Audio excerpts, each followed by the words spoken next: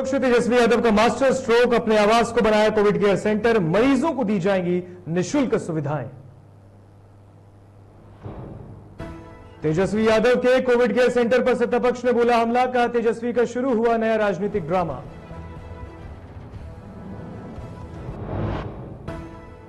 पटना के पारस अस्पताल में भर्ती महिला की मौत के बाद बासघाट पर हुआ अंतिम संस्कार, प्रशासन रहा नदारद, मौत पर उठने लगे सवाल। गया में लॉकडाउन का उल्लंघन करने वालों को पुलिस ने दौड़ा दौड़ा कर पीटा, कई दुकानों पर भी गिरी गाज।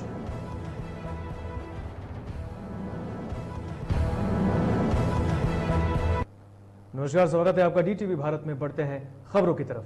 कोरोना महामारी के दौर में बिहार सरकार की विफलता उजागर करने वाले नेता प्रतिपक्ष तेजस्वी यादव ने अब नीतीश सरकार के खिलाफ मास्टर स्ट्रोक लगा दिया है।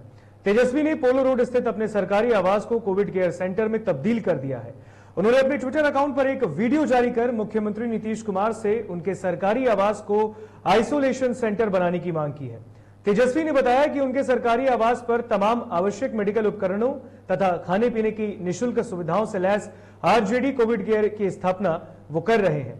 क्या कुछ कह रहे हैं और नेता प्रतिपक्ष, आप भी सुनिए। मैं राज्य सरकार से फिर से अपील करता हूं कि जो सरकारी आवास जो हमको आवंटित किया गया है एक पोलो रोड, उसको लेकर के आइसोलेशन वार्ड्स बनाए जाए, क्वारंटाइन सेंटर्स बनाए जाए, क्योंकि मरीजों जो हैं बिहार के, उनको सरकारी अस्पतालों में बिस्तर नहीं मिल रही, ऑक्सीजन नहीं मिल रहा, दवाएं नहीं मिल रही। इसलिए हमने पूरी तरीके से सारा इंतजाम एक नंबर में एक पोलो आवास में जो है हमने किया है, चाहे बेड हो, ऑक्सीजन हो, दवा हो, खाने पीने की सामग्री हो, पूरी तरीके से मेडिकली इक्विप्ड जो जरूरत की चीजें हैं वो हमने व्यवस्था एक नंबर पोलो रोड में किया है। हमने कई बार मुख्यमंत्री जी को 4 साल में चिट्ठी लिखा, लेकिन उसका कोई अब तक उन्होंने जवाब नहीं दिया। उम्मीद करते हैं कि एक सकारात्मक पहल, एक विपक्ष, जिम्मेदार विपक्ष होने के नाते हम अपने सरकारी आवास देना चाहते हैं।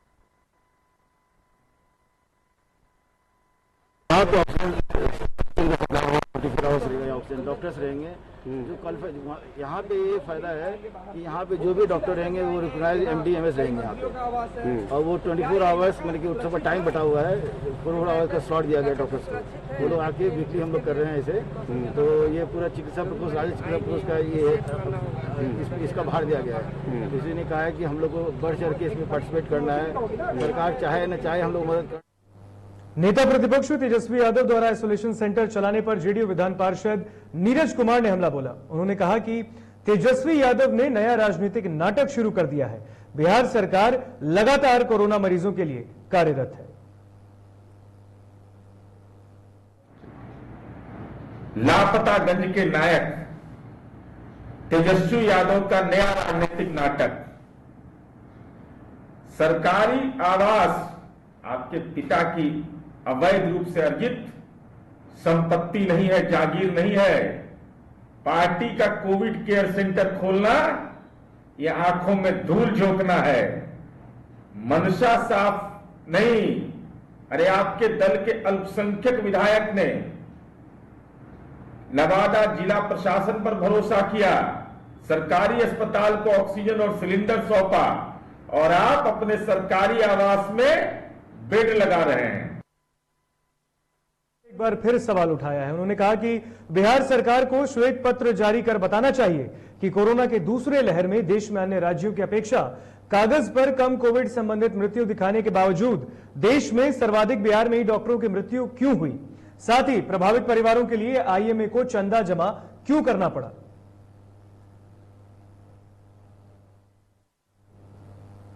पटना में आरजेडी प्रवक्ता मृत्युंजय तिवारी ने नीतीश सरकार पर तीखा हमला बोला है। उन्होंने कहा कि कोरोना काल में सूबे में नीतीश सरकार ना तो काम कर रही है और ना ही विपक्ष को अपना काम करने दे रही है। उन्होंने कहा कि नेता प्रतिपक्ष द्वारा सरकार को भेजे गए पत्र का भी अब तक कोई जवाब नहीं आया। वहीं मृत्युंजय तिवारी बिहार की स्वास्थ्य व्यवस्था पर भी सवाल उठा रहे हैं। ये सत्ता के हथियारों से चारों ओर गूंज रहा है चीख पुकार चित्कारों से। अब तो शर्म करो गंगा मां की गोद में बिखरे पड़े लाशों के अंबारों से। पूरा बिहार गूंज रहा है परिवर्तन के नारों से। बिहार की जनता परेशान है जनता के गद्दारों से। ये सरकार जिस तरह से पूरी कोरोना काल में नकारा और नाकाम साबित हुई है। इधर नेता प्रतिपक्ष तेजस्वी यादव के पत्र पर बीजेपी प्रवक्ता अरविंद कुमार सिंह ने तेजस्वी पर निशाना साधा।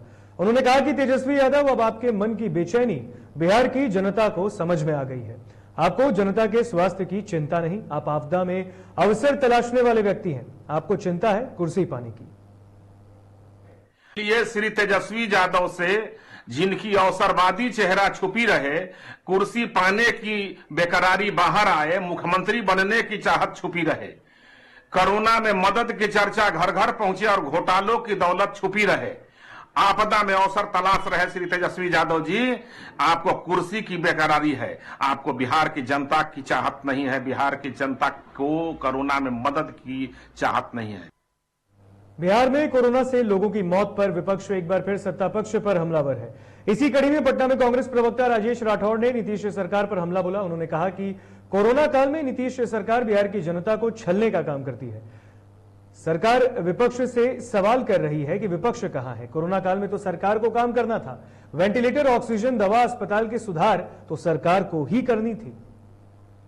की सेवा के लिए कुछ है, अगर कुछ होता तो बिहार शमशान और कब्रिस्तान में तब्दील नहीं होता। अगर कुछ होता तो गंगा मैया के ऊपर लाश तैरते हुए दिखाई नहीं देता।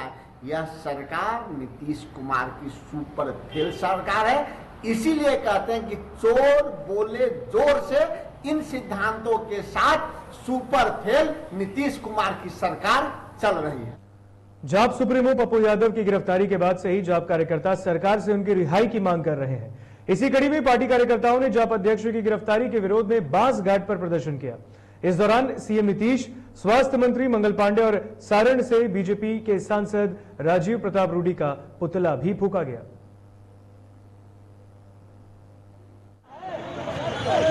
राजधानी पटना से हम आपको दिखा रहे हैं, ये बांस घाट की तस्वीरें हैं जहां पर जाप कार्यकर्ताओं ने जाप सुप्रीमो पप्पू यादव की गिरफ्तारी के मांग पर, उनकी रिहाई के मांग पर यह विरोध प्रदर्शन किया है। और सरकार के मुखिया नीतीश कुमार, बिहार के मुख्यमंत्री नीतीश कुमार, स्वास्थ्य मंत्री मंगल पांडे और इसके साथ ही सारण से बीजेपी सांसद राजीव प्रताप रूडी का यहां पर पुतला दहन किया जा रहा है। तस्वीरों में देख सकते हैं, ये तस्वीरें राजधानी पटना के बांस घाट की तस्वीर है। तस्वीरों में जाप कार्यकर्ताओं ने आज बिहार के मुख्यमंत्री नीतीश कुमार, स्वास्थ्य मंत्री मंगल पांडे और राजीव प्रताप रूडी जो कि सांसद हैं, उनका भी पुतला दहन किया है।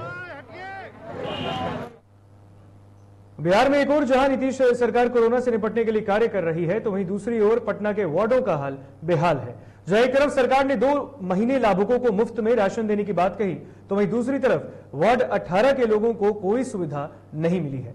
यहां के लोगों का कहना है कि इस वार्ड में सैनिटाइजेशन के नाम पर बस खाना पूर्ति हो रही है। इसका जायजा लिया संवाददाता उत्कर्ष ने।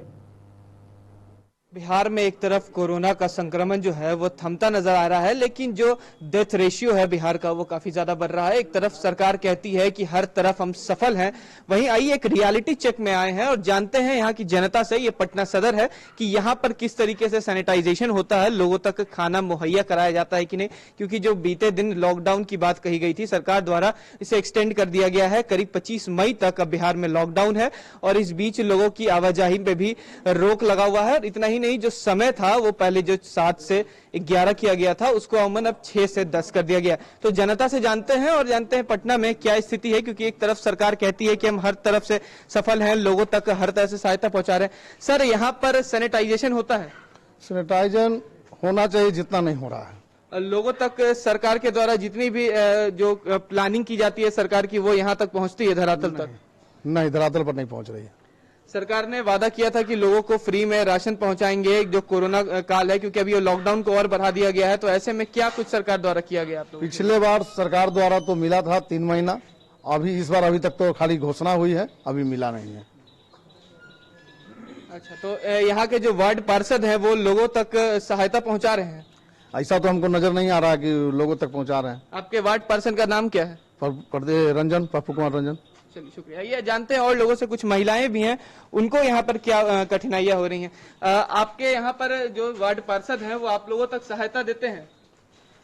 छिटा रहा है, मगर बाबू खाली जरी जरी छिटा रहा है। कहते हैं कि तनी घरों ने मार दीजिए, तो नहीं, हमको वहाँ तक के ऑर्डर नहीं है। अच्छा, और जो खाना सरकार कही थी कि मुफ्त में राशन देंगे लोगों तक, वो आप लोगों तक पहुँचती है? तो नहीं मिला है हम लोग के। आपके यहाँ आया है राशन? नहीं, कुछ नहीं व्यवस्था है। सैनिटाइजेशन भी नहीं होता है? नहीं, ये सब दरवाजा। लॉकडाउन में कैसी कठिनाइयाँ हुई? बहुत कठिनाई है, हम लोग का बहुत कठिनाई है। बहुत कठिनाई है, हम लोग को कोई चीज का व्यवस्था नहीं है, बहुत कठिनाई है। बहुत कठिनाई है, घर में रह रहे हैं तो कठिनाई है ना, कुछ कोई व्यवस्था नहीं है। लेकिन मतलब सरकार द्वारा आपको कोई भी सहायता नहीं दी जा रही है? कोई सहायता किसी भी तरह की? नहीं, किसी तरह के नहीं। तो एक तरफ सरकार कहती है कि हम लोगों तक सहायता पहुंचाते हैं, स्वास्थ्य मंत्री कहते हैं कि हम हर जगह पर जितनी भी सुरक्षा चाहिए लोगों को वो देते हैं, जो कोविड प्रोटोकॉल चल रहा है उसका उल्लंघन ना करें, घर पर रहें। लेकिन जनाब घर पर कैसे रहें? एक तरफ तो आप कहते हैं कि हम सैनिटाइजेशन करवाएंगे, लोगों तक खाना पहुंचाएंगे सामुदायिक किचन के द्वारा, लेकिन जो आम जनता है वो यहाँ सामने है और उनके द्वारा कहा जा रहा है कि ये पटना सदर के अंदर ये वार्ड आता है और वहां पर ये स्थिति है, तो पूरे राजधानी पटना और पूरे बिहार वासियों का क्या होगा? कैमरा पर्सन अमित के साथ मैं उत्कर्ष, डीटीवी भारत, पटना। पटना के पारस अस्पताल के आईसीयू में कोरोना से महिला की मौत के बाद शव का बांस घाट पर अंतिम संस्कार किया गया। लेकिन हैरानी करने वाली बात तो यह है कि इस दौरान ना तो वहां कोई प्रशासन दिखा और ना ही कोई सहयोगकर्मी मौजूद रहे। ऐसे में आप अंदाजा लगा सकते हैं कि प्रशासन कितनी लापरवाह है। आपको बता दें कि मृतका की बेटी ने अस्पताल पर आरोप लगाते हुए कहा था कि अस्पताल के कर्मचारियों ने ही उसकी मां से गैंग रेप किया है। युवती के बयान पर एफआईआर दर्ज भी कराया गया है। बक्सर जिले के सिमरी अंचलाधिकारी अनिल कुमार के ऊपर बड़का गांव के सबलपट्टी नागपुरा में स्थानीय निवासी एक युवती के द्वारा सिमरी थाने में लिखित शिकायत दर्ज की गई है, जिसमें कहा गया है कि सिमरी अंचलाधिकारी अनिल कुमार द्वारा युवती के साथ मारपीट तथा अभद्र व्यवहार किए गए हैं। वहीं अब इस मामले में सिमरी अंचलाधिकारी ने सफाई देते हुए बातों को खारिज किया है। हालांकि इस मामले में दोनों पक्षों के द्वारा लिखित शिकायत के बाद सिमरी पुलिस मामले की जांच कर रही है। वहीं मामले के लेकर अनुमंडल पदाधिकारी हरेंद्र राम ने बताया कि मामले की जांच की जा रही है, जांच के बाद ही रिपोर्ट जिलाधिकारी को सौंपा जाएगा। पर हाथ उठाने के मामले में 100% हो सकता है, जिसका कि कुछ न कुछ वीडियो साक्ष्य है सबों के सामने। यह भी आरोप लग रहा है कि विधायक के दबाव में आपको नहीं, ऐसा दबाव तो किसी का मेरे ऊपर रहता ही नहीं है। मेरा जमीन कहता है जो पीड़ित है उसकी दर्द को समझना और उसका निराकरण करना। ऐसा वीडियो में है, मोबाइल छीनने की घटना दिखाई दे रही है कि उनसे मोबाइल छीना गया है। वीडियो बना रही थी उनके द्वारा। तो दोनों मामलों की जांच की जा रही है। जांच में जो भी तथ्य आएंगे उसके आलोक में जिला पदाधिकारी महोदय को हम लोग सर अचानक से कुछ लोग 8-10 लोग आए, दरवाजा खुलवा के रहते थे। जब दरवाजा खोली तो वो लोग अभद्र भाषा का प्रयोग करने लगे। बोले कि निकाल अपनी माँ को, बोल बुला के ला, दरवाजा क्यों रास्ता तुम लोग रुक रहे हो, रास्ता खुलवाओ, ये सब बोल रहे थे। कौन लोग? सीओ थे जो सिमरी थाना के अंचलाधिकारी हैं, उनके साथ 3-4 गार्ड लोग थे और हमारे गाँव के सरपंच थे, वो लोग आए थे।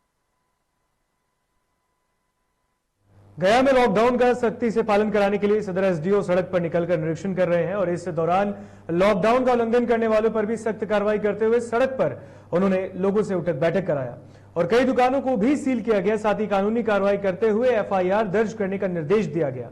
इस संबंध में अपर एसडीओ राजीव रोशन ने बताया कि जिला प्रशासन ने निर्देश दिया है कि जहां भीड़ भाड़ वाला इलाका है वहां कंटेनमेंट जोन बनाया जाए ताकि संक्रमण की चेन को रोका जा सके।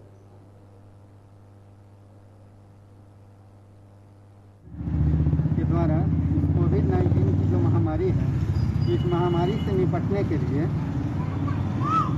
आवश्यक निर्देश जारी किए गए हैं। उन्हीं निर्देशों में जैसा कि आप सब जान रहे हैं कि कुछ जहां जो ज़्यादा भीड़ भाड़ वाले इलाके रहे हैं उनको कंटेनमेंट जोन घोषित बनाते हुए उस भीड़ को रोकने के निमित्त, ताकि कोविड का जो संक्रमण है और इसके जो चैन है उसको तोड़ा जा सके। लखीसराय सदर प्रखंड के बीडीओ ने कोरोना गाइडलाइन का उल्लंघन करने पर बड़ी कार्रवाई की है। इस दौरान आदित्य विजन के शोरूम और गोदाम को सील किया गया है। यह कार्रवाई लखीसराय सदर बीडीओ नीरज कुमार रंजन ने की है। उन्होंने बताया कि गाइडलाइन का उल्लंघन कर शोरूम और गोदाम को चलाया जा रहा था।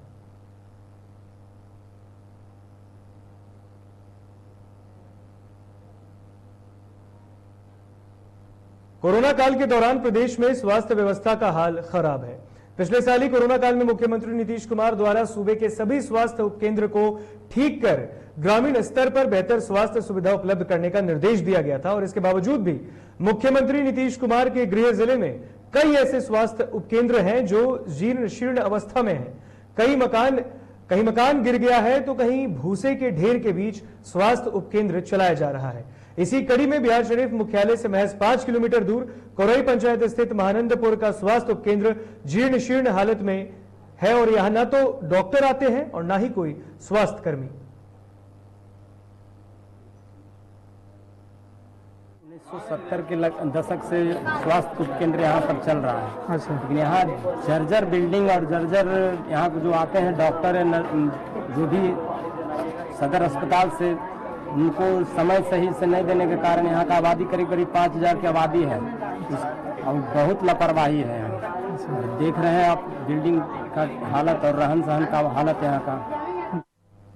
सहरसा में अपराधियों के हौसले बुलंद है, जहां अपराधियों ने पैंथर के जवान को हाथ पर चाकू से वार कर घायल कर दिया। मामला शहर के खिरहरी हॉल्ट के पास की है। बता दें कि वाहन चेकिंग के दौरान जवान ने जब एक बाइक पर सवार 3 लोगों को रोकना चाहा तो अपराधी ने जवान के हाथ पर चाकू से वार कर दिया, जिससे जवान घायल हो गया। आनंद फानन में जवान को इलाज के लिए शहर के निजी अस्पताल में भर्ती कराया गया है, जहां से उसे गंभीर हालत को देखते हुए डॉक्टर ने उसे बेहतर इलाज के लिए पटना रेफर किया है। वहीं घटना की जानकारी मिलते ही मौके पर पहुंची पुलिस मामले की तफ्तीश कर रही है। साइकिल वगैरह चेकिंग के लिए लगाएंगे और एक मोटरसाइकिल में 3 व्यक्ति सवार थे, उसे हाथ देख करके रोका तो हाथ पे किसी चीज से वार किया, जिससे हाथ जख्मी हो गया, कट गया है, ऑपरेशन हुआ है, ठीक है ना। इतनी चीज ठीक है, रेफर किया गया, पटना भेज रहे हैं ताकि उसको बेहतर इलाज हो सके, उसका हाथ बढ़िया। रांची जिला प्रशासन की ओर से कोरोना मरीजों के लिए बेहतर इलाज और सुविधा मुहैया कराने की कवायद लगातार जारी है। इसी कड़ी में जिला प्रशासन ने अब चाइल्ड डेडिकेटेड कोविड वार्ड बनाने की तैयारी शुरू कर दी है। इसे लेकर रांची उपायुक्त ने रानी चिल्ड्रन अस्पताल और फिर सदर अस्पताल का निरीक्षण किया है। इस दौरान उपायुक्त छवि रंजन ने बताया कि अस्पताल में कुछ जगह खाली है, जिसे चाइल्ड वार्ड में कन्वर्ट किया जाएगा और 40 से 60 दिनों का इंतजाम किया जाएगा। अभी सदर अस्पताल में हम लोग विजिट किए थे, तो अभी जो कोविड में पूरे सिस्टम का जायजा लिए हम लोग और यहाँ पर जो सीओ है वो लगातार यहाँ पर मॉनिटरिंग कर रही है और नीचे के कुछ वार्ड्स में जगह अभी अवेलेबल है, तो कैसे हम लोग चाइल्ड वार्ड में कन्वर्ट कर सकते हैं। यदि इस तरह की स्थिति पैदा हो कि हम लोग चाइल्ड को भी कोविड हो तो उसको एडमिट करने की आवश्यकता पड़े, उसके लिए वार्ड कैसे तैयार करना उसके हम लोगों ने आज कार्य योजना तैयार की। धनबाद में स्वास्थ्य सुरक्षा सप्ताह को लेकर शहर के विभिन्न चौक चौराहों पर सघन चेकिंग अभियान चलाया गया। इस दौरान बिना ई पास के चलने वाले वाहनों का चालान भी काटा गया। आपको बता दें कि धनबाद के श्रमिक चौक पर डीएसपी राजेश कुमार और धनबाद अंचलाधिकारी प्रशांत लाय के नेतृत्व में ई पास चेकिंग अभियान चलाया गया। वहीं डीएसपी ट्रैफिक राजेश कुमार ने कहा कि मेडिकल सुविधा को छोड़कर सभी वाहनों की चेकिंग की जा रही है।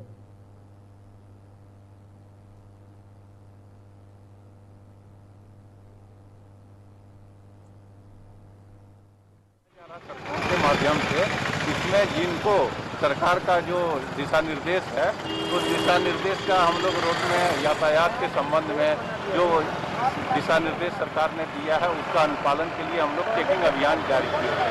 स्वास्थ्य सुरक्षा के इस चरण में सरकार के द्वारा ई पास को अनिवार्य किया गया है। इसी के तहत धनबाद जिले में ई पास की जाँच लगातार की जा रही है। अधिकांश लोग ई पास लेकर ही घरों से निकल रहे हैं। कुछ ऐसे लोग हैं जो चिकित्सा कारणों से घरों से निकल रहे हैं, उन्हें ई पास की आवश्यकता नहीं है, किंतु कुछ ऐसे लोग हैं जो बिना वैध कारण के और बिना ई पास के घरों से बाहर निकल। रांची में थाना प्रभारी रूपा तिर्की के मौत मामले में सीबीआई जांच की मांग लगातार की जा रही है। वहीं अब सरना समाज इसको लेकर एकजुट होने लगा है। आदिवासी छात्र संघ ने झारखंड के मुख्यमंत्री हेमंत सोरेन का पुतला दहन किया। इस दौरान प्रदर्शनकारियों ने कहा कि अगर उनकी मांगे पूरी नहीं होंगी तो आगे उग्र आंदोलन किया जाएगा।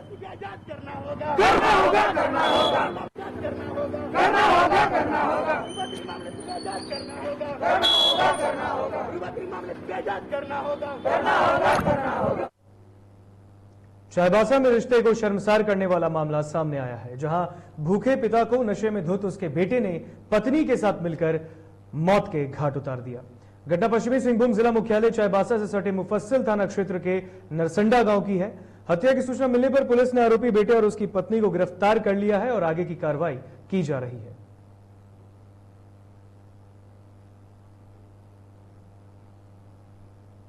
देवघर जिले के सारठ में 2,93,000 की लूटपाट और करों के पेट्रोल पंप में 95,000 के डकैती मामले में पुलिस ने 6 अपराधियों को गिरफ्तार किया है।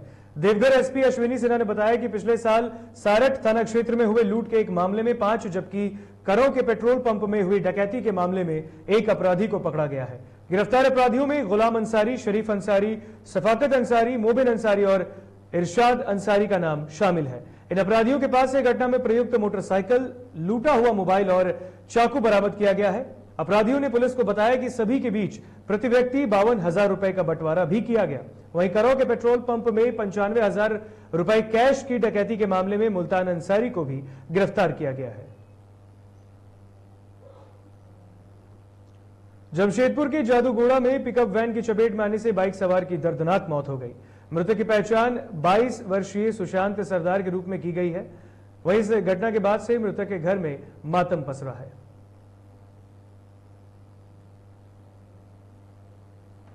सरायकेला खरसावां जिले के कुकड़ू प्रखंड क्षेत्र में जंगली हाथियों का आतंक थमने का नाम नहीं ले रहा। आए दिन जंगली हाथी लोगों के घर, खेत में लगे फसलों और जान माल को क्षति पहुंचा रहे हैं और इसी कड़ी में रात के वक्त झुंड से बिछड़े एक जंगली हाथी ने कुकड़ू प्रखंड क्षेत्र के तिरुलडीह कोयरी टोला में कई लोगों के घरों को तोड़कर क्षतिग्रस्त कर दिया। वहीं इस घटना के बाद से वन विभाग पर ग्रामीणों का गुस्सा फूट पड़ा है। वे सरकार से मुआवजे की मांग कर रहे हैं। बीते रात 12:30 बजे से 1:30 बजे तक हाथी आया था, 2-4 घर तो तोड़ ताड़ के दिया। अभी तक वन विभाग से कोई नहीं है और कला भी खाया है और सभी नष्ट किया। चतरा पुलिस को शराब तस्करों के खिलाफ बड़ी सफलता हाथ लगी। गुप्त सूचना के आधार पर कार्रवाई करते हुए पुलिस ने तपेज मोड़ के पास एक ट्रैक्टर पर लोड 46 पेटी अंग्रेजी शराब को जब्त किया है। एसडीपीओ अविनाश कुमार ने बताया कि एसपी ऋषभ झा को गुप्त सूचना मिली कि ईटखोरी की ओर से एक ट्रैक्टर में शराब का बड़ा खेप बिहार भेजा जा रहा है और इसी सूचना पर तुरंत कार्रवाई करते हुए ये सफलता हाथ लगी है। मौके से ट्रैक्टर ड्राइवर को भी हिरासत में लिया गया है, जिससे फिलहाल पूछताछ की जा रही है। और फिलहाल बुलेटिन में इतना ही। यहां में दीजिए इजाजत। देखते रहिए डीटीवी भारत। नमस्कार।